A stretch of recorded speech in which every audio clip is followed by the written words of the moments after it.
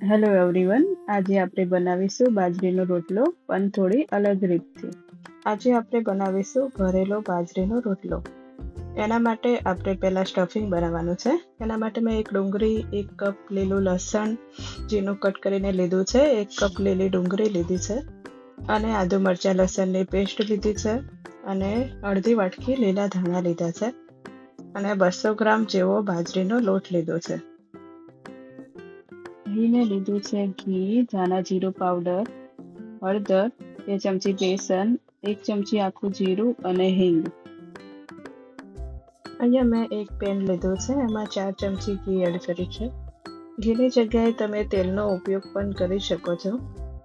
ઘી આપણું સરસ ગરમ થઈ ગયું છે. હવે આપણે એમાં એડ કરવાની છે એક ડુંગળી, જે મીડિયમ સાઇઝની ઝીણી કટ કરીને મેં લીધી છે.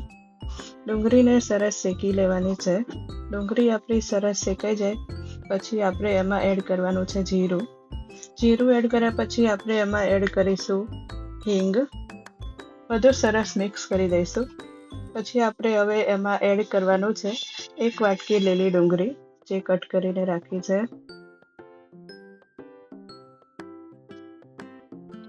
લીલી ડુંગળી એડ કરી દઈશું. હવે આપણે એમાં એડ કરવાનું છે લીલું લસણ. લીલું લસણ એડ કર્યા પછી આપણે એમાં નાખીશું લીલા ધાણા. હવે આપણે એમાં એડ કરવાની છે આદુ મરચાં લસણની પેસ્ટ. બધી વસ્તુને આપણે સરસ રીતે મિક્સ કરી દેવાની છે. મિક્સ કરીને એને 5 મિનિટ માટે શેકી લઈશું. પછી આપણે એમાં એડ કરીશું 2 ચમચી બેસન, જેનાથી આપણે મસાલામાં બાઇન્ડિંગ સારું આવશે. હવે આપણે બીજા મસાલા એડ કરવાના છે. હવે આપણે એડ કરીશું અડધી ચમચી હળદર, 1 ચમચી ધાણા જીરું પાવડર અને સ્વાદ પ્રમાણે મીઠું એડ કરવાનું છે. સ્ટફિંગ આપણું બની ગયું છે. એને સરસ રીતે મિક્સ કરી દઈશું અને ઠંડુ થવા મૂકી દઈશું. ત્યાં સુધી આપણે રોટલો બનાવવાનો છે. એના માટે આપણે લઈશું થોડોક બાજરીનો લોટ. એમાં આપણે સ્વાદ પ્રમાણે મીઠું નાખી અને ગરમ પાણીથી લોટ બાંધી લઈશું.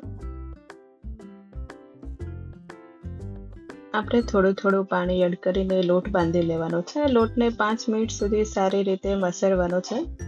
લોટને આપણે જેટલો મસળીશું એટલો જ આપણો લોટ સરસ થશે.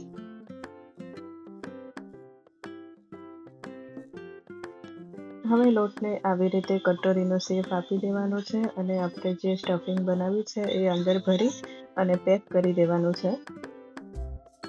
સ્ટફિંગ સરસ પેક કરી અને પાણીવાળો હાથ કરીને સરસ આપણે લોટ ફરીથી બાંધી લેવાનો છે અને ધીમે ધીમે રોટલો બની લેવાનો છે. રોટલો આપણે બહુ પતલો નથી કરવાનો અને બહુ મોટો પણ નથી કરવાનો, મીડિયમ સાઇઝનો જ બનાવવાનો છે. જો રોટલો તમારો બનાવતી વખતે ફાટી જાય તો હાથ પાણીવાળો કરી અને ફરીથી એને સરખું કરી લેવાનો છે.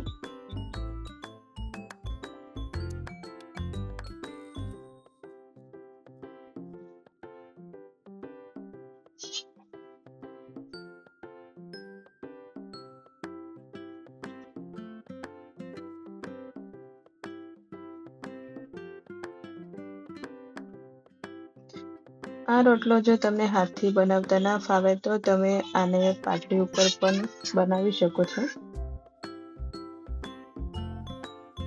અહીંયા મેં 2 રીતથી બનાવ્યો છે. આવી રીતે પાટલી ઉપર પોલિથીન મૂકી અને તમે નાનો લોવો વાળી અને એમાં સ્ટફિંગ ભરી અને ઉપર થોડો કોરો લોટ નાખી અને પછી આવી રીતે છેપીને બનાવી શકો છો. ધીમે ધીમે આપણે હાથથી પ્રેસ કરી અને બનાવવાનો છે. એની કિનારી પતલી કરવાની અને વચ્ચેથી થોડો જાડો દેવાનો છે રોટલો.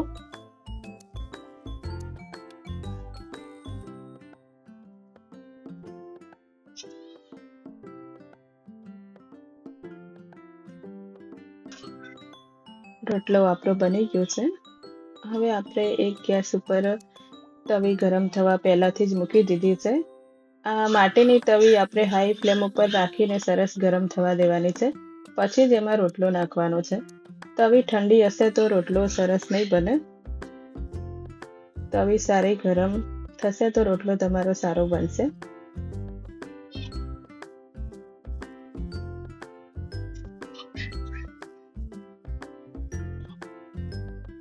રોટલાની ઉપર થોડું ડ્રાય થાય એટલે પછી આપણે રોટલાને પલટાવી લેવાનો છે અને સરસ રીતે શેકી લેવાનો.